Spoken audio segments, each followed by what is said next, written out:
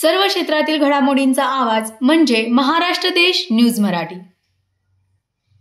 भारतीय शालेय संघ आयोजित बिलासपूर छत्तीसगड येथे झालेल्या 68व्या राष्ट्रीय शालेय बेसबॉल स्पर्धेत मेरी माता इंग्लिश मीडियम स्कूलचा चिन्मय दादासो राऊत याने महाराष्ट्र राज्य संघाचे नेतृत्व करत कांस्य पदक पटकावले। याबद्दल दहिवडी येथे सत्कार सोहळा आयोजित करण्यात आला होता।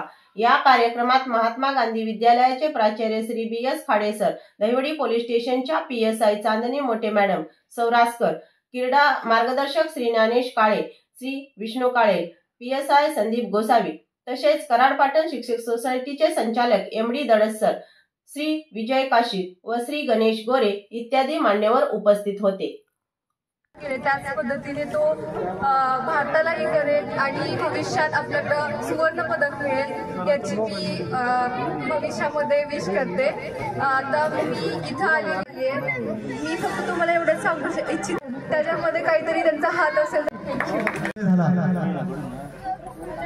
ज्या सावित्रीनं अंगावरती शेण झेललं, दगड माती झेलली, नव्हे तर जात असताना अनेक संघर्षाला बोलले, अर्थात क्रांती ज्योती ज्यांना म्हटलं जातं त्यांच्या या कार्यामुळे शक्य झालेलं आहे। साधू संतांपेक्षा त्या माणसाचं काय मन आहे त्या माणसाची खोलीच सापडत नाही। कोणासाठी काय करावं, किती करावं, कसं करावं।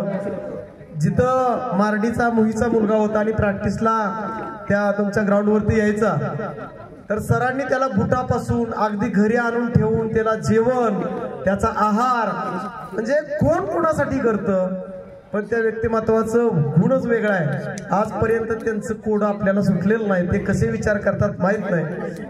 बॅकिंगचं किंवा रिटर्न कधी यावं याच्यासाठी त्यांची इन्व्हेस्टमेंटच नसते। पण मला वाटतंय परमेश्वरानं कुठंतरी ऐकलं, चिन्मय लहान असताना सुद्धा त्या चिन्मयला त्या ग्राउंडवरती। फर्स्ट ऑफ ऑल मी चिन्मयला कॉंग्रॅच्युलेट करते, तो ब्रॉन्झ मेडल घेऊन आलाय। तो आपल्यासाठी एक रोल मॉडेलच आहे सगळ्यांसाठी। तर कॉंग्रॅच्युलेशन्स चिन्मय, आणि सगळ्यांना वेलकम, सगळे इथे आल्याबद्दल थँक्यू सो मच। आणि मी मामाबद्दल 2 शब्द बोलेन। माझा मामा माझ्यासाठी रोल मॉडेल आहे आणि तो बॅकबोन आहे आमच्यासाठी।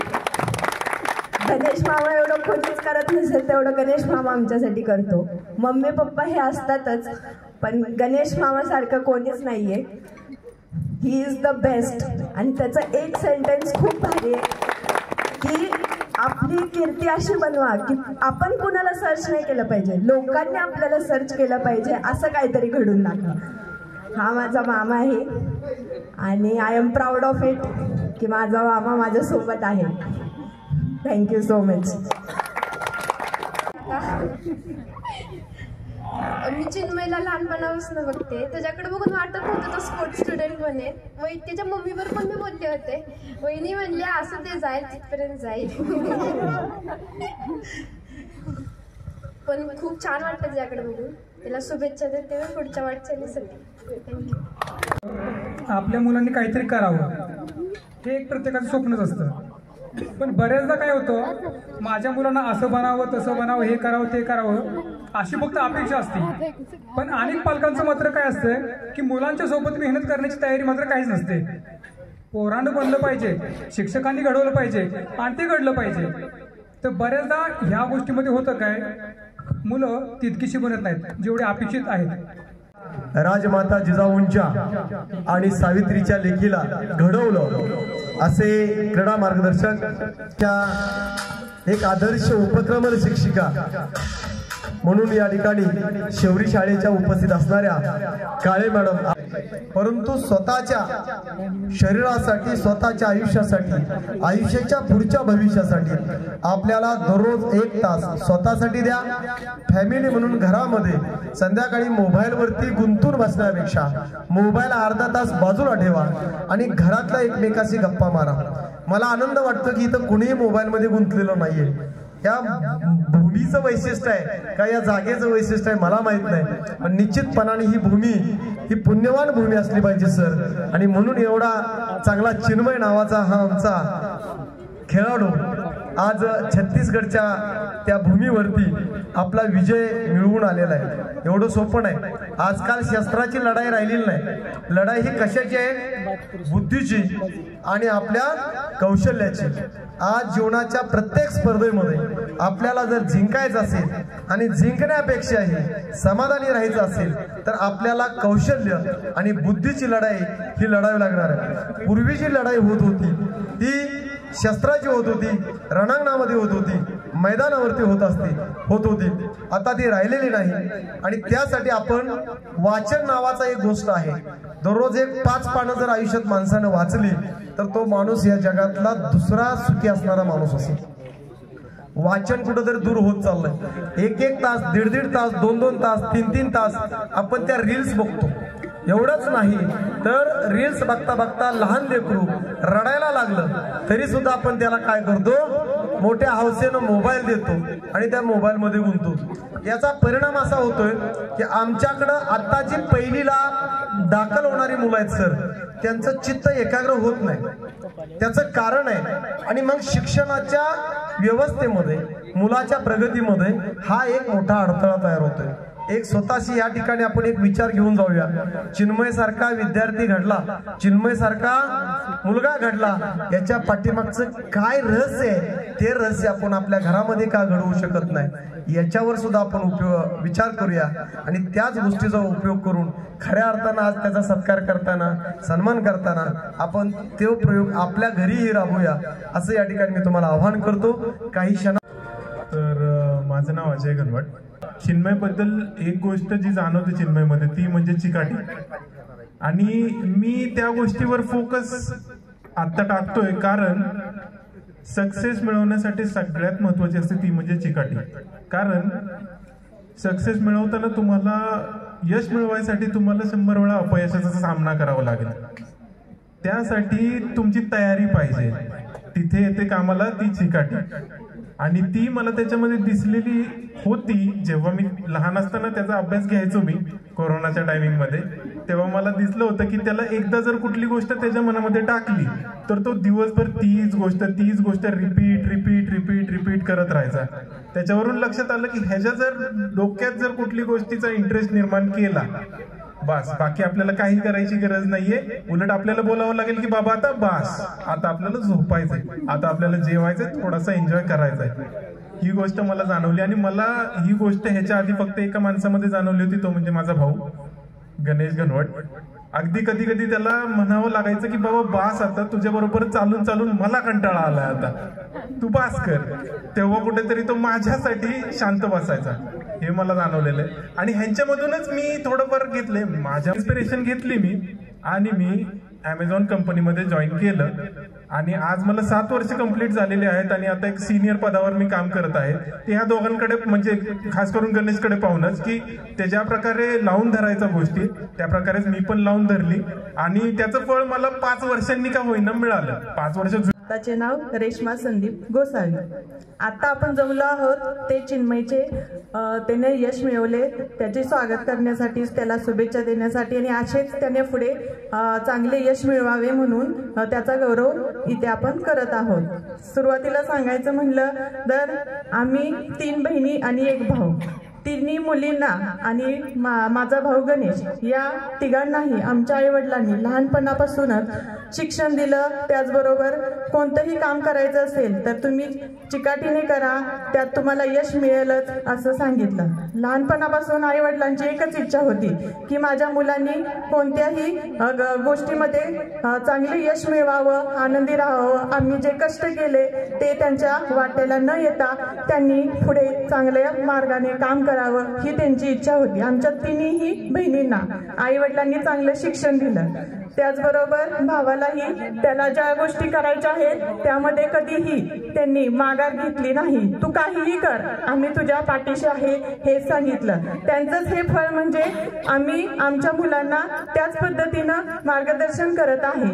माझ्या बहिणीचा मुलगा चिन्मय यालाही ती त्याच पद्धतीनं मार्गदर्शन करते आणि सांगते की तू चांगल्या पद्धतीनं खेळ, तुला जे करायचं आहे तू ते कर. मी त्याची आजी सर्वजण तुझ्या बरोबर आहे आणि याचंच फळ म्हणजे चिन्मयीनं छत्तीसगड येथे झालेल्या स्पर्धेमध्ये कांस्य पदक मिळवलं. एवढं मार्गदर्शन मोलाचं हे गणेशनं आणि त्याचे शिक्षक, क्रीडा शिक्षक, त्याचे शिक्षक, त्यानंतर त्याची शाळा मेरी माता येथील शिक्षकांनी केलं. त्यामुळेच त्यानं हे यश मिळवलं. चिन्मयचं सांगायचं म्हणलं तर लहानपणापासूनच तो खूप छान सांगल ते ऐकायचा. म्हणजे बहिणीचं असं होतं की तू अभ्यासच कर, पण गणेशनं त्याच्यातलं खेळाडू पण ओळखलं होतं आणि तो म्हणला होता की स्वातीताई तू थांब, तो अभ्यास तर करेलच पण त्याच्याकडे दुसरं एक चांगलं कौशल्य आहे ते त्याला करू दे. आणि त्या पद्धतीनं गणेशनं सर्वांनी त्याला जे शिकवलं त्यातून त्यानं ते हे छान यश मिळवलं. त्याबद्दल चिन्मयचं मी कौतुक करते आणि तू असंच छान यश मिळव, चांगलं भारतात आपलं नाव कर, सुवर्ण पदक मिळव ही तुझ्याकडे अपेक्षा ठेवून मी माझे 2 शब्द संपवते. थँक्यू. पावन झालेल्या भूमीमध्ये आपण सर्वजण एक आगळ्या वेगळ्या कार्यक्रमासाठी आपण जमलेलो आहोत. मित्रांनो, आयुष्याचं पटल, आयुष्याचं पुस्तक निवडत असताना, आयुष्याची वाट चालत असताना आपण सर्वच आपापल्या परीनं आपलं कर्तव्यच काही असे रत्न असतात ती मंडळी स्वतःच्या कर्तव्याचा ठसा असं काही उमटवतात की इतरांनाही ते प्रेरणा देऊन जातात. असंच एक उत्तुंग, अगदी मूर्ती लहान परंतु कीर्ती महान, अगदी बालवयामध्ये सुद्धा ज्या व्यक्तिमत्वानं आपल्या कुटुंबाचं, आपल्या घराचं, आपल्या आजीचं, आपल्या आजोबाचं, नवे तर या मान तालुक्याचं आणि या सातारा जिल्ह्याचं नाव अगदी महाराष्ट्राच्या बाहेर घेऊन गेलं, तो चिन्मय दादाचे राऊत की ज्यानं भारतीय शालेय खेळाचं महासंघ आयोजित बेसबॉलच्या स्पर्धा छत्तीसगडला झाल्या. त्या ठिकाणी उत्तुंग कामगिरी त्यानं बजावली. या निमित्तानं त्याचा या ठिकाणी आपण हा सन्मान सोहळ्याच्या निमित्तानं आपण सर्वजण उपस्थित आहात. अतिथी देवो भव या उक्तीप्रमाणे ज्या वेळेला मान्यवर अतिथी आणि महान व्यक्ती आपल्या ठिकाणी येतात त्यावेळेला निश्चितपणाने ते देवासारखे असतात. आज खरं तर या नगरीमध्ये या नदीला वाहणारं पाणी हे शुद्ध आणि तेवढंच पवित्र आहे, तेवढीच ही भूमी देखील पवित्र आहे. तेवढी या धुळत कुटुंबामध्ये आणि शिंदे आणि राऊत कुटुंबामध्ये गौरवत आहे. आजच्या या कार्यक्रमासाठी उपस्थित असणारे महात्मा गांधी विद्यालयाचे प्राचार्य, सन्माननीय प्राध्यापक, आदरणीय व्यासपीठ, इथं उपस्थित सर्व मान्यवर यांचं मी सर्वप्रथम आभारी आहे. सर्वप्रथम सर्वांचं स्वागत करतो. इथं उपस्थित असलेले आमचे खाडे सर, असे आमचे विष्णू सर, खरंच कौतुक करावे एवढं कमी. असा प्रशिक्षक मिळणं खरंच चिन्मय तुझं भाग्य आहे. त्यानंतर इथं प्रमुख उपस्थिती असलेल्या आमच्या मोठ्या मॅडम असतील, त्यानंतर दडस सर असतील, ज्यांचंही खूप सहकार्य आहे माझ्या या वाटचालीसाठी. खूप संघर्षप्रिय आहे. जिथं माझी सुरुवात झाली ते हेच तुम्ही जे बघताय, घनवट परिवारामध्ये, घनवटांच्या घरामध्ये, शेतामध्ये माझा सहवास सुरू झाला. एक छोटीशी गोष्ट तुम्हाला सांगायची. वयाच्या 13व्या वर्षी मी क्रीडा प्रबोधिनीमध्ये खेळत होतो. कोल्हापूरमध्ये मॅचेस होत्या सर. कोल्हापूरमध्ये मॅचेसमध्ये सरांनी मला एक बक्षीस ठेवलं होतं. मधल्या काळामध्ये सरांच्या बरोबर माझा तेवढा संपर्क राहिला नाही. सर मारडीमध्ये शिकवत होते, मी दहिवडीमध्ये खेळत होतो. नाहीतर कदाचित सर मी पण ऑलिम्पिक खेळलो असतो.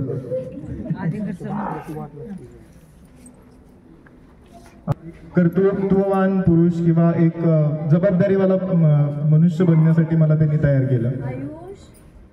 त्याचबरोबर 2 वर्षापासून माझ्या बरोबरीनं खांद्याला खांदा लावून काम करणाऱ्या आमच्या सौभाग्यवती अश्विनी मॅडम असतील. एक छोटासा किस्सा सांगतो मी. म्हणजे अलीकडच्या काळात सर अशा खेळतायत त्यांना काही कमी पडता कामा नये. म्हणजे माझा सांगण्याचा उद्देश याच्या मागे एकच आहे की सध्याच्या स्वार्थाच्या पोटी चाललेल्या जगामध्ये अशा स्त्रिया मिळत नाहीत आणि देवाने मला ती दिली, त्याच्याबद्दल देवाचा मी खूप आभारी आहे. खरंच खूप चांगल्या पद्धतीने सर जो डाएट असेल, सगळ्या गोष्टी असतील, याच्याकडे खूप कटाक्षतेने तिचं लक्ष आहे. त्याचबरोबर एका नातूच्या पाठीमागं एका आजीचा हात असतो. म्हणजे माझी पण आजी आणि चिन्मयची पण आजी. बाळ माझं बाहेर जाणार म्हटल्यानंतर आधीचे 8 दिवस आणि येण्यानंतरचे 8 दिवस बाळाला सोडूच नाही वाटत. अशी चिन्मयची आजी. खूप खूप प्रेमळ आणि खूप लाडका आहे चिन्मय. तसेच पुढील वाटचालीसाठी आमच्या सर्वांकडून तुला शुभेच्छा चिन्मय. एवढं मोडकं तोडकं भाषण माझं संपवतो. धन्यवाद. जे आपले विष्णू सर, त्यांचे मोटिवेशन मला लाभले फुल. सगळे ते दरवेळेस मला मोटिवेट करत राहतात. त्यांनी मला पिचिंग प्लेटवर उभा राहण्यापर्यंत बेस्ट पिक्चर अवॉर्ड तर मला भेटला नसता. तर थँक्यू सर, तुम्ही मला गायडन्स दिले, थँक्यू. आणि आमच्या टीमला एक इंटरनॅशनल पदेवरती सर आहेत. तर त्यांनी बाहेरच्या देशातून जाऊन आम्हाला इथे घडवले, इथे आले, सर शिकवले आम्हाला सर्वांना.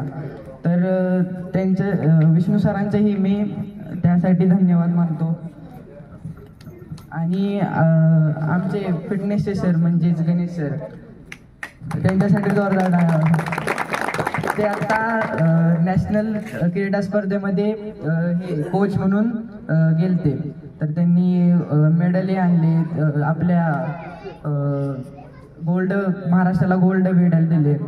तर ते आम्हाला 2 वर्षापासून बेसबॉलमध्ये सगळे फिटनेस हे देतात. म्हणजे तू काय केलं पाहिजे फिट होण्यासाठी, तुझे लेग स्ट्रेंथ कशी हवी, तुझे कोर कसे हवे, ते सगळे गायडन्स देतात व ते करून पण घेतात.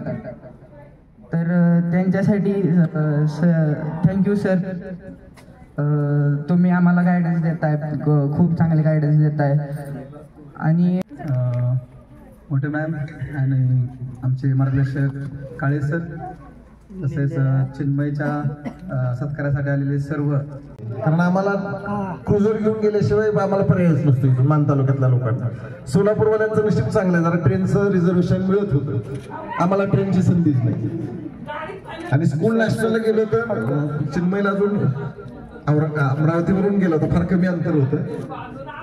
विष्णू सरांना किंवा जुन्या खेळाडूंना, सौरभला, चैतन्यला आठवतं. कधी कधी तू भविष्यामध्ये चांगला पिक्चर देखील होशील, नॅशनल स्तरावर खेळशील आणि तू तुझ्या मामाचा, तुझ्या शिक्षकांचा आदर्श घेऊन तू देखील तुझ्या पुढे NSS सर्टिफिकेट आहे आणि कबड्डी खेळातलं सुद्धा मला विद्यापीठाचं सर्टिफिकेट आहे असं. आणि हे सांगायचंय असं अजिबात नाही खेळाडू पाठीमागे राहतो, अजिबात नाही. कारण जेवढी आपण शारीरिक ऊर्जा वापरतो तेवढी बौद्धिक वाढते. कुठल्याही खेळाडूचं एवढं बारीक लक्ष असतं, कारण त्याला सेकंदात सगळ्या स्पर्धा जिंकायच्या असतात.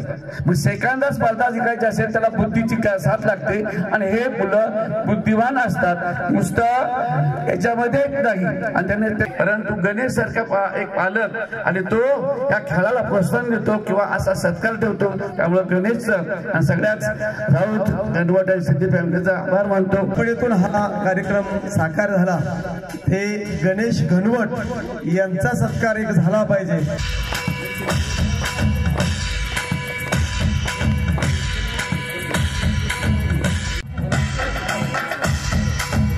त्याला मिळालेलं मेडल, त्याचबरोबर सर्टिफिकेट आणि ट्रॉफी या ठिकाणी प्रदान करण्यात येते. चिरंजीव दादा राऊत.